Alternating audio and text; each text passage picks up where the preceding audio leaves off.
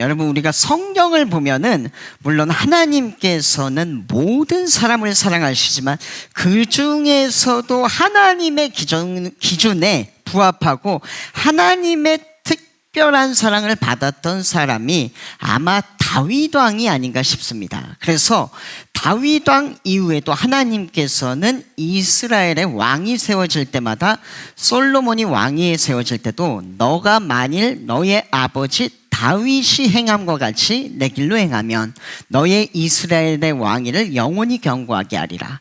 그리고 그 이후에도 이스라엘의 수많은 왕들이 세워질 때마다 하나님께서는 동일하게 하신 말씀이 너가 만일 내 종 다윗과 같이 행하면 내가 너와 함께 있고 이스라엘을 너에게 주리라. 이처럼 다윗은 하나님의 기준에 딱 들어맞는 사람이었습니다. 그럼 다윗은 도대체 어떤 사람이었길래 이런 하나님의 기준에 딱 부합했을까요?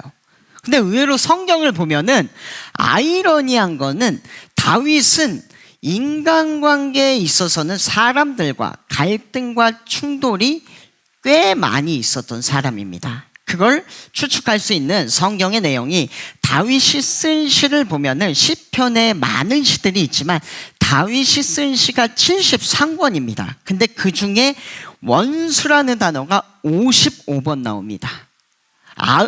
그 많은 시들 73권의 시 중에 또 그 많은 원수라는 단어가 55번 나옵니다. 그래서 오늘은 시편에 다윗이 이 원수라 칭했을 것으로 추측되는 사람들, 성경의 내용을 토대로 좀 이 사람들에서 알아볼 건데, 여러분 오늘 우리 그 이야기 중에 혹시 백설공주와 일곱 난쟁이라는 이야기 아시나요? 다 아실 겁니다. 아마 모르실 분은 없을 건데 제가 혹시 모르시는 분들을 위해서 설명을 빠르게 드리면, 새엄마 왕비가 마법의 거울을 보고 뭐라고 얘기하죠? 거울아 거울아, 세상에서 누가 제일 아름답니? 그러면 거울이 왕비님이다 해야 되는데 거울이 뭐라고 하죠? 백설공주가 제일 이쁩니다. 그때 백설공주는 왕비의 질투심을 사서 궁에서 쫓겨나게 되고 숲속에 살던 일곱 난쟁이가 백설공주를 걷어주죠. 하지만 그럼에도 이 왕비의 질투심은 멈출 줄 몰랐고 백설공주의 거처를 알아내서 독사가를 보내서 백설공주를 영원히 잠들게 합니다. 그런데 웬 이웃나라 왕자가 숲을 지나다가 백설공주를 보고 너무 아름다워서 입술을 맞추니까 깨어나게 되고, 왕자가 백설공주를 자신의 나라로 데리고 가서 행복하게 살았다는 내용입니다. 그럼 여기서 질문 드릴게요. 화면 속에 지금 일곱 난쟁이의 모습을 보면 왕자를 만나 떠나는 백설공주를 보며 엄청나게 기뻐하고 있는 모습인데, 과연 난쟁이들의 마음속은 정말 기뻤을까요? 예전에 제가 노래하던 백설공주를 사랑했던 일곱 번째 난쟁이라는 노래가 있습니다. 이 노래가 우리인 모든 해석을 주인공 백설공주의 입장에서만 하잖아요. 근데 이 노래는 난쟁이, 일곱 번째 난쟁이의 입장에서 재해석을 한 거예요. 근데 이 백설공주가 왕자를 만나서 떠나는데 이 일곱 번째 난쟁이가 자기는 자꾸 너무 초라하고 왕자는 너무 멋있고 너무 슬픈데 말을 못해요. 그래서 드리려는 말씀은, 우리는 늘 성경을 주인공 다윗의 입장에서만 보는데 손바닥도 여러분 맞아요 소리가 나지 않습니까? 수많은 설교를 들으셨다면 오늘은 원수의 얘기도 한번 들어봐야 되지 않을까요? 그 원수도 뭔가 자신들의 마음이 있지 않을 거 아닙니까? 그래서 원수의 이야기, 그래서 오늘은 주인공 다윗의 원수였을 것으로 추측되는 대표 3명만 그들의 입장에서 상황을 재해석해보자 합니다. 첫 번째 원수 누굴까요? 누구 같으세요? 딱 봐도 누굴까요? 저런 표정을, 다윗을 보고 저런 표정을 지을 사람이 누가 있을까요? 왠지 아내가 저런 표정을 지을 것 같지 않으세요, 여러분? 아내가 첫 번째 원수는 미갈, 다윗의 배우자입니다. 우리 여성분들, 남편이 왼수인 것에 대해서 공감 안 하시는 분들만 손 들어보세요. 이거 보세요. 대부분의 여성분들이 남편을 왼수라고 생각하십니다. 김진석 장로님 어떻게 생각하십니까? 유일하게 남자분이 장로님밖에 없어요. 네, 네. 여성분들의 생각을 고쳐야 할 부분이라고요? 남성들의 생각을 고쳐야 할 부분. 예, 할렐루야, 맞습니다. 역시 장로님은 다르십니다. 예, 제가 제일 존경하는 롤모델이십니다. 예. 이 다윗의 아내는 어찌 보면은 사울의 딸 미갈입니다. 혼이 나게 된 계기는 골리앗을 쓰러뜨리는 자에게 내 딸을 주겠다. 그래서 이후 사울의 딸 미갈이 다윗의 아내가 됩니다. 근데 미갈은 그냥 아내는 아닙니다. 다윗에게는 아내이기도 하지만 동시에 생명의 은인인 사람이에요. 아버지 사울이 다윗을 죽이려고 전령을 보낸 날 미갈이 아버지의 뜻을 미리 눈치채고 당신 오늘 도망 안 가면 죽습니다. 다윗을 창문으로 줄을 매달아서 도망가게 합니다. 그리고 다윗의 침상에는 사람 크기만한 드라빔 우상을 높이고 염소털로 머리카락처럼 꾸며서 다윗이 아파서 누워있는 것처럼 전령들이 계속 지켜보면서 감시하는데 다윗이 아파서 누워있는 것처럼 소개합니다. 어찌 보면 이것은 사울 아버지와 남편 다윗 중에 남편을 선택한 거예요. 그래서 어찌 보면 다윗은 미갈에게 평생 고마워해야 됩니다. 저도 지수 사모님한테 평생 고마워하고 있어요. 이 불쌍한 김영광 목사를 결혼해준 은인. 할렐루야. 아멘. 예, 아멘 하신 분들 다 저야 지켜봤습니다. 여러분들은 아멘 하신 분들, 우리 조수희 권사님 아멘 굉장히 크게 하셨는데 오늘의 아멘이 조금 다르게 들리네요. 어찌 보면 다윗은 미갈에게 평생 고마워해야 됩니다. 농담입니다. 예, 저도 사모님한테 고마워합니다. 근데 그러다 다윗이 왕이 되고 법궤가 성으로 들어오는 날 다윗이 춤을 추다가 옷이 벗겨집니다. 그때 미갈의 모습이 성경에 나오는데 우리 좀 길지만 다 같이 읽어보도록 할게요. 다 같이 읽겠습니다. 시작.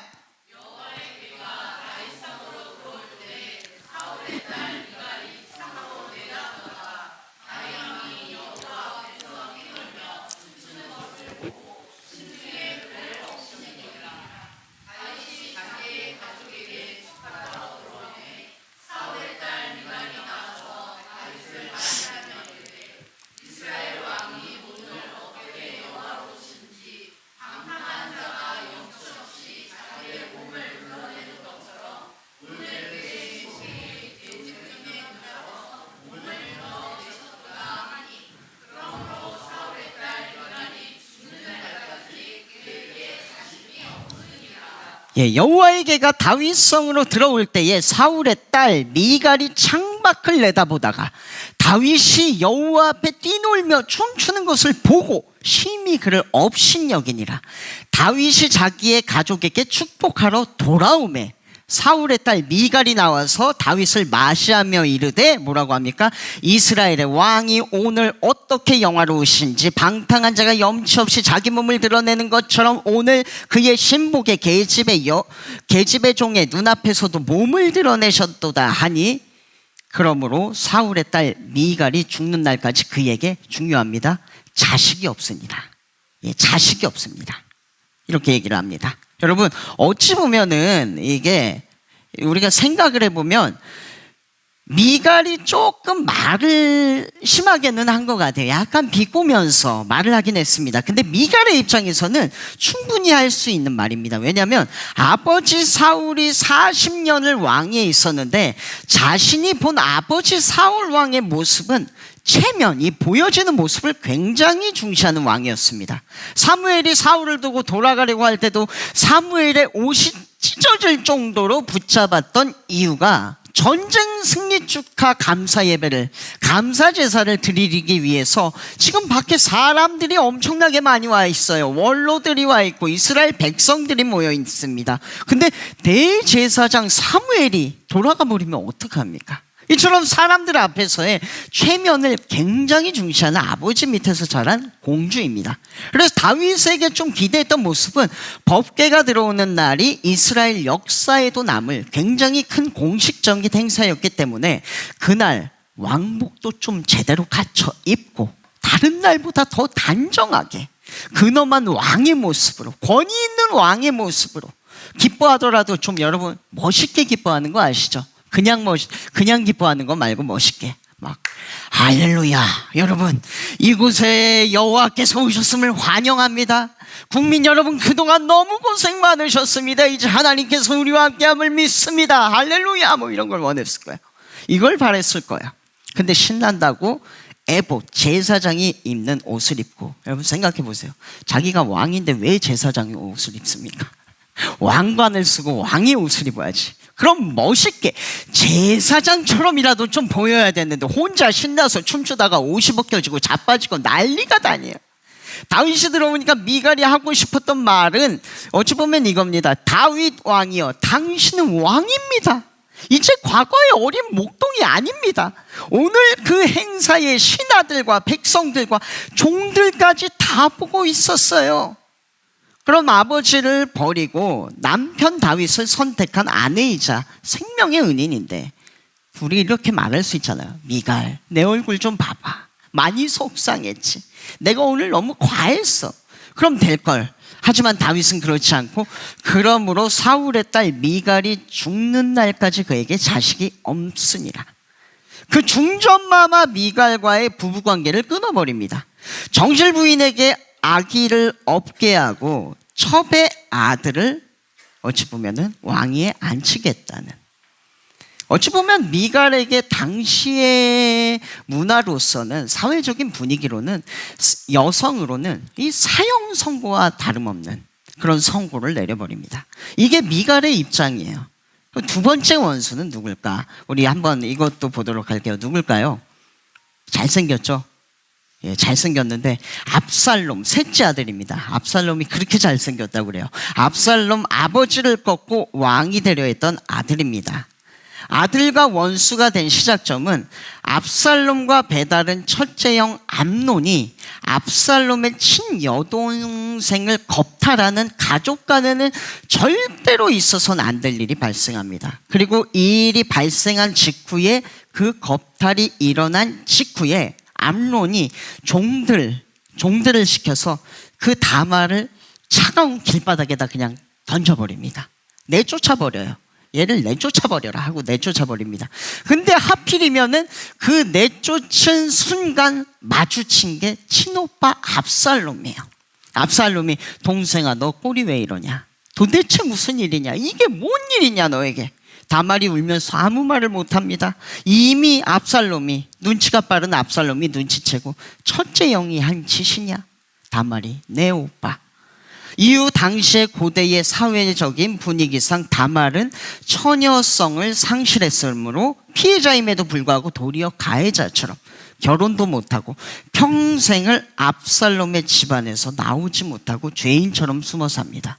그럼 사실 당시의 율법대로라면은 첫째 형 암논은 돌로 쳐서 죽이는 사형 혹은 이스라엘에서 영구 추방을 당해야 합니다. 둘 중에 하나요. 근데 다윗이 왕으로서 벌을 내려야 하는데, 왕으로서 벌도 안 내리고 아버지로서도 그 사건에 개입을 안 합니다. 그냥 혼자 화내고 넘어가 버려요. 왜냐하면 그 이유가 자신도 밧세바 사건이 있잖아요.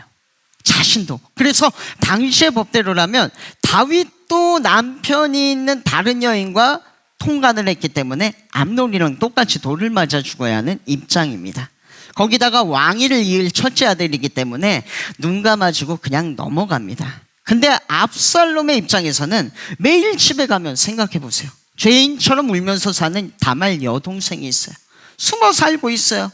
거기다 이대로 가만히 있으면 저 형 암논은 왕이 됩니다. 결과적으로 2년 후에 압살롬이 자신의 부하들과 함께 직접 암논을 처벌합니다. 왕자의 난이 일어납니다. 이후 압살롬은 즉시 도망하여 3년을 도망자로 망명생활을 합니다. 그러다가 아버지의 절친한 신하 군대 장관 요압의 설득으로 다시 이스라엘로 돌아오는데요. 여기서 중요합니다. 아버지가 암논도 용서했는데 너도 용서할 것이다. 요압이 이렇게 말하거든요. 근데 압살롬과 요압의 예상과는 달리 다윗이 압살롬은 돌아오자마자 처벌해버립니다. 2년을 가택연금, 어찌 보면은 감옥살이를 시켜버린 거예요. 때문에 압살롬의 입장에서 형 암논은 천인공로 할 일을 저질렀음에도 아버지 다윗이 모른 척 눈 감아주더니 똑같은 아들인 자신에게는 처벌을 내린 거예요. 그때 이 압살롬의 마음이 성경에 나오는데 우리 다 같이 읽어볼게요. 시작.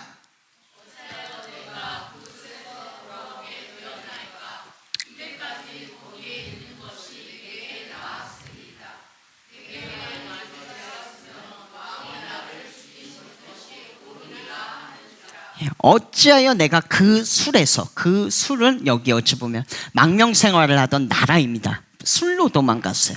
돌아오게 되었나이까. 이때까지 거기에 있는 것이 내가 나으리이다. 내가 만일 죄가 있으면 왕이 나를 죽이는 것이 옳으니이다 하는지라. 압살롬이 울부짖으며 말합니다. 너무 억울합니다. 이럴 바엔 차라리 나를 죽여주십시오.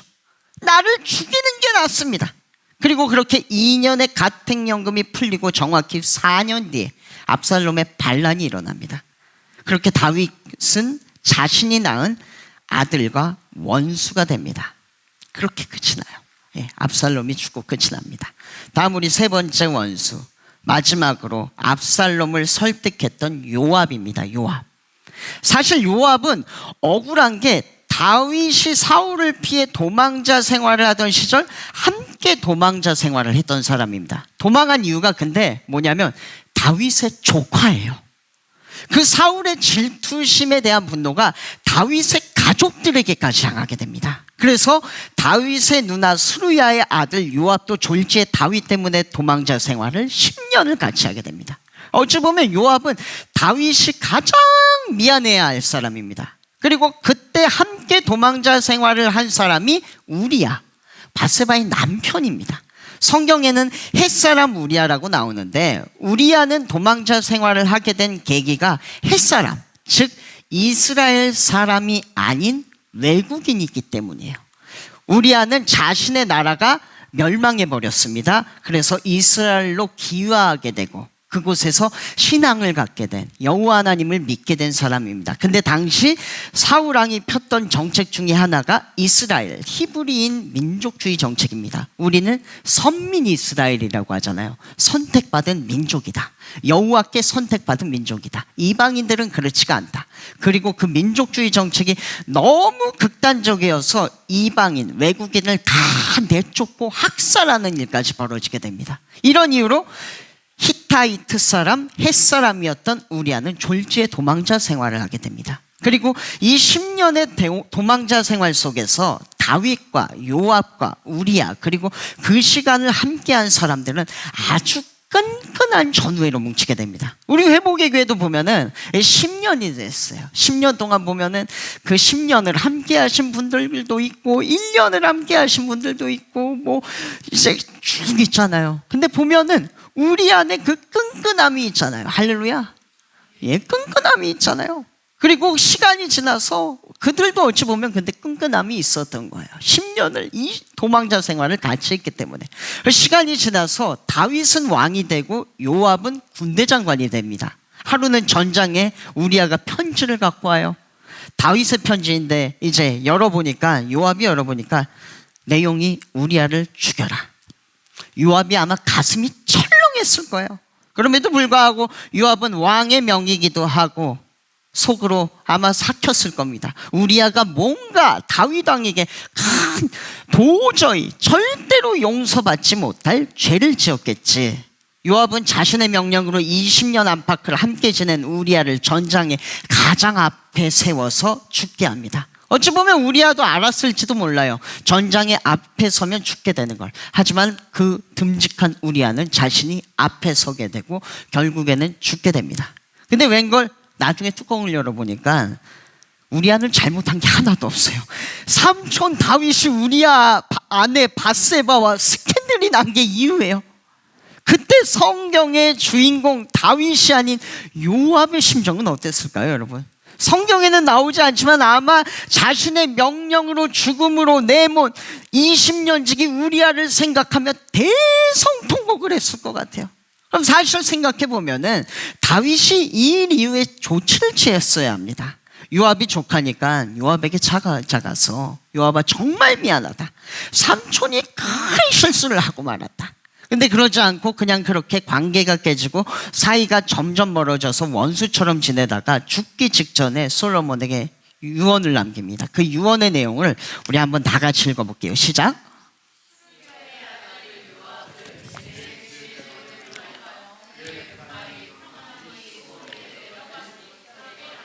예, 수르야의 아들 요압을 내 지혜대로 행하여 그의 백발이 평안히 소울에 내려가지 못하게 하라. 다윗의 유언이 여러분 좀 죽기 전에 마지막 말이잖아요. 어떤 유언을 좀 우리 돌아가실 때 어떤 유언을 하고 싶으세요? 용서해라. 예, 또 어떤 유언을 하고 싶으세요? 테슬라 주식을 아니면 여러분 비트코인을 이렇게 여러분 어떤 유언을 하고 싶으세요? 우리 박경수 권사님 만약에 돌아가신다면 죄송합니다. 너무 어떤 유언을 하고 싶으세요? 늘 제가 교만했나 봅니다. 여러분 죄송합니다. 겸손하게 살겠습니다. 교만했던 거 죄송합니다. 여러분 우리 미니슬 집사님 4명의 자분이신 분이 있는데 행복하게 살아라. 우리 이미자 권사님 아드님에게 어떤 유언하고 싶으세요? 신앙생활 좀 잘했으면 좋겠습니다. 아멘. 예. 좀 멋있게 이렇게 여러분들처럼 유언을 하면 얼마나 멋있습니까? 근데 솔로몬아, 다윗은 어떻게 유언을 하냐면 솔로몬아, 나는 그러지 못했지만 너는 좀 용서하는 삶을 살아라. 너는 나보다 지혜로우니 주변 사람들과 관계를 좀 잘하거라. 이러면 좋은데 다윗의 유언은 한마디로 하면 솔로몬아, 그 당숙 아저씨 있잖아, 그 요압은 내가 원수를 못 갚았으니까 네가 대신 죽여라 이러고 죽습니다. 내가 원수를 못 갚았으니까 네가 대신 죽여다오. 그런 말들을 하고 죽습니다. 예. 보면 사실 다윗은 이스라엘 웬만한 왕들 못지않게 어찌 보면 웬만한 왕들보다 더 고단수로 못되게 산 것 같아요. 그럼 여기서 질문, 왜 하나님은 다윗을 그토록 사랑하실까요? 보면 굉장히 역설적이지 않습니까? 다윗이 성전을 지으려고 할 때 뭐라고 하십니까? 너는 피를 너무 많이 흘려서 성전을 지을 수 없어. 즉 너는 적이 너무 많아. 너를 싫어하는 사람이 세상에 너무 많아. 그 말이거든요. 근데 그럼 다른 왕들한테는 그러지 말라고 해야 되는데 다른 왕들한테는 또 말하기를 다윗처럼 살래요. 이게 도대체 무슨 말입니까? 여러분 이것이 세상의 법과 하나님의 법, 세상이 말하는 죄인과 하나님이 말씀하시는 죄인, 그 기준의 차이입니다. 장로님 중에 박효신 장로님이라는 분이 계시는데 이분은 한평생을 교도소에서 교도관으로 근무하신 분이에요. 이분이 쓰신 책 중에 하나님이 고치지 못할 사람은 없다라는 책이 있습니다. 근데 그 책의 첫 장에 보면은 앞에 크게 써 있는 말이, 지금 감옥 안에 있는 사람들은 죄를 짓다 들킨 죄인이고 감옥 밖에 있는 나는 죄를 지었지만 아직 들키지 않은 죄인일 뿐이다. 맞는 말 같습니다. 여러분 저 김영광 목사도 마찬가지예요. 만약에 여러분 옛날에 조선 왕조실록 아시죠? 그거를 보면은 왕들의 발걸음을 다 하나하나 다 적혀 있습니다. 왕이 말해서 떨어진 것까지도 다 적혀 있어요. 그리고 거기에 보면은 내가 떨어진 거를 다른 사람들에게 알리지 말아라, 이거는 너가 적지 말아라 한 것까지도 적혀 있어요. 그 말은 뭐냐면 왕이 말에서 떨어지고 내가 떨어진 걸 적지 말아라 한 거를 적은 겁니까, 안 적은 겁니까? 그것까지도 적은 거예요. 그게 한림이라는 사람들인데 만일 저 김명광 목사의 삶을 종이에다가 24시간을 1초도 빠짐없이 그 한림이라는 사람들이 쫓아다니면서 쭉 적으면은 적은 걸 사람들에게 보여주면 저는 바로 목사 자격 박탈입니다. 이 자리에서 여러분 그동안 죄송합니다. 이제 목사 그만하겠습니다. 손 털고 이제 뒷문으로 나가야 했습니다. 저는 목사를 할 직분의 자격이 전혀 없어요. 그리고 저의 한 달의 삶을 적은 거를 법정에다 가져다 주면 예배가 끝난과 동시에 저는 경찰에 체포돼야 할 사람이에요. 검사가 피고인 김영광 한 달 동안 지은 죄, 가족들에게 하지 못할 말한 모욕죄, 징역 몇 년. 사람들과 모여서 누군가를 욕한 그 사람에 대한 명예훼손죄, 징역 몇 년. 세상 사람들 다 모르는 너만 알 것 같은 모든 죄, 그거 징역 몇 년. 그 뒤에 쭉 징역 몇 년, 징역 몇 년, 징역 몇 년. 즉시 법정 구속이 돼도 아무런 변명이 할 수 없는 사람, 변명을 할 수 없는 사람이에요. 자, 그럼에도 안면몰수하고 이 자리에 서서 예수 잘 믿으세요, 예수 제대로 믿으셔야 합니다, 앞에서 뻔뻔하게 말할 수 있는 이유는 하나님의 기준입니다. 예수님께서 십자가에 못 박히시던 날 양옆에 두 개의 십자가가 여러분 함께 세워지죠. 가운데는 예수님이 계시고 양편에는 두 명의 죄인이 있습니다. 참고로 당시에 여러분 십자가형은요, 사형이지만 목적이 그 죽이는 데 목적이 있지 않습니다. 고문이나 고통도 따르지만 가장 큰 목적은, 이해하기 쉽게 표현드리면, 그냥 이해하기 쉽게 표현만 드리면 전시용이에요. 사람들이 가장 많이 모이는 곳에다가 십자가를 매답니다. 죄인을 매달아서 너희도 저렇게 똑같은 죄를 지으면, 큰 죄를 지으면 저렇게 똑같이 될 것이다. 그래서 십자가 위에는 반드시 죄명이 있고, 죄 없으신 예수님도 머리에 뭐라고 달렸죠? 그 위에 유대인의 왕, 이스라엘 사람들을 선동하고 그들을 일으켜서 로마로부터 독립을 도모했다, 유대인의 왕이라고 이렇게 붙게 됩니다. 그리고 양쪽의 죄인 역시 오늘날로 치면은 굉장히 큰 죄, 사회적으로 이슈가 되고 뉴스에 나올 만한 큰 죄를 지은 사람들이 분명합니다. 근데 그 십자가에 한쪽의 죄인이 말합니다. 우리 그 내용을 다 같이 읽어보도록 할게요. 시작.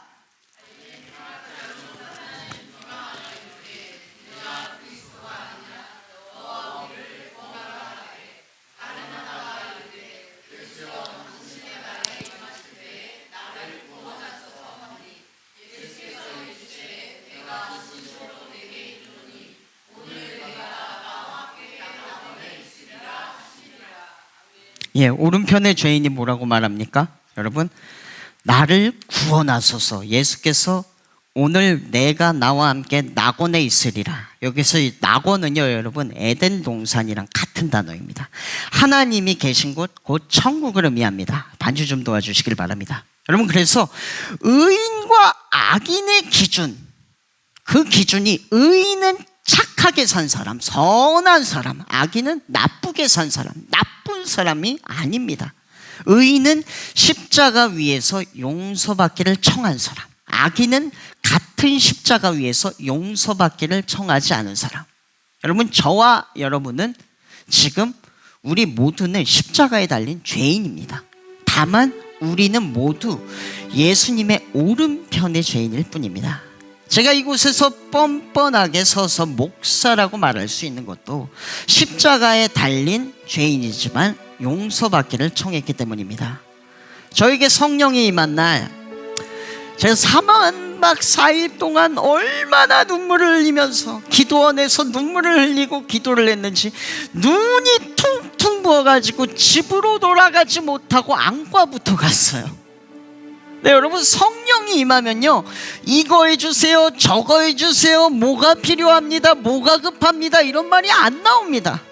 가장 먼저 터져 나오는 게 여러분 회개예요. 하나님, 저 좀 용서해 주세요. 어찌 알고 제발 저 좀 용서해 주세요. 제가 다 잘못했습니다.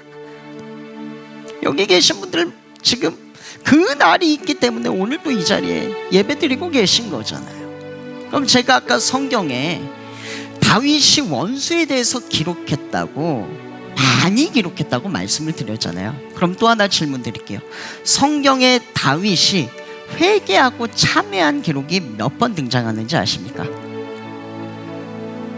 25번 등장합니다. 성경에 공식적으로 기록된 것만 25번이에요. 여러분, 성경에 수많은 사람들이 등장하지만 하나님 앞에 25번 회개의 기록이 기록된 사람은 없습니다. 아마 다윗이 기록되지 않은 회개까지도 세어본다면 250번, 2500번은 될 거예요. 말씀을 맺으며 여러분 도전드립니다. 우리가 그렇게 살기를 소원합니다. 가정에서 자녀를 교육하다가 뭔가 잘못된 것 같다, 이거 하나님의 뜻이 아닌 것 같다 싶으면 바로 회개하고 돌이키고 하나님의 기준 안으로 돌아가. 직장에서 일하다가 이거 왠지 하나님이 싫어하실 것 같다 싶으면 바로 접고 포기하고 회개하고 다시 하나님의 기준으로 돌아가. 여러분, 회개가 뭔지 아십니까? 만약에 여기가 하나님의 기준이에요. 여기가 하나님의 기준. 그러다 우리가 이렇게 길을 가다가 뭔가 하나님 앞에 잘못한 게 딱 떠올랐어요. 여기에 앉아서 무릎을 꿇고 하나님 잘못했습니다. 저 좀 용서해 주세요. 그리고 이 앞길을 다시 걸어가는 게 이 회개가 아닙니다. 회개는요, 여기서 하나님 잘못했습니다. 저 좀 용서해 주세요 하고 바로 돌이키고 다시 제자리로 들어가는, 하나님이 다윗을 사랑하신 이유입니다. 회개하고 돌이키고 회개하고 돌이키고 계속 하나님의 기준 안에 있으려고 노력했어요. 할렐루야. 그런 우리의 삶이 되기를 소원합니다. 그러므로 저와 여러분이 이와 같이 다윗과 같은 삶, 나를 주님 앞에서 멀리하지 마시고 주의 성령을 거두지 마옵소서. 왼편에 죄 있는 삶, 예수여 나를 구원하소서. 내가 다시 아버지의 기준으로 돌아갑니다. 날마다 회개하며 매일 탕자처럼 깨달은 즉시 하나님의 품으로 돌아가는 삶을 사시길, 그런 저와 여러분들이 되시길 주님의 이름으로 소원합니다. 할렐루야. 시간 찬양하며 기도하며 나아가도록 하겠습니다. 십자가의 전달자, 이 시간 좀 주님 앞에 내가 지은 죄 있다면 주님 내가 돌이키겠습니다. 세상 사람들이 모르는 죄 그것까지도 돌이키겠습니다. 나만 아는 죄 주님 돌이키겠습니다. 관계에서 지은 죄, 일하면서 지은 죄 하나님 아버지 다 돌이키겠습니다. 가족들에게 지은 죄, 직장에서 지은 죄 다 돌이키겠습니다. 그런 마음으로 찬양하며 나아가겠습니다. 난 지극히 작은 자, 난 지극히 작은 자, 죄인 중에 괴수, 무익한 날 부르셔서 진정한 기대와 소망 부끄럽지 않게 십자가 전개 하셨네. 어디든지 가리라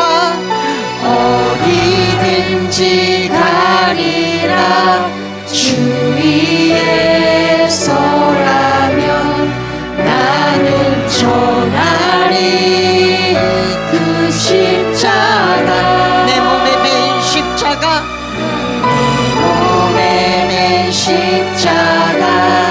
그 모혈의 향기 온 세상 채울 때까지 살아도 주를 위해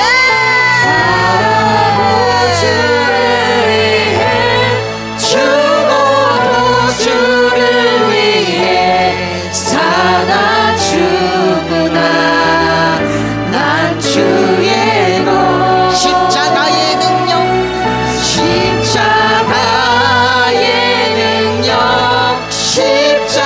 십자가의 소망 내 안에. 다시 한번 고백합니다. 살아도 주를 위해, 살아도 주를 위해, 죽어도 주를 위해 사나 죽으나 난 주의 것. 십자가의 능력,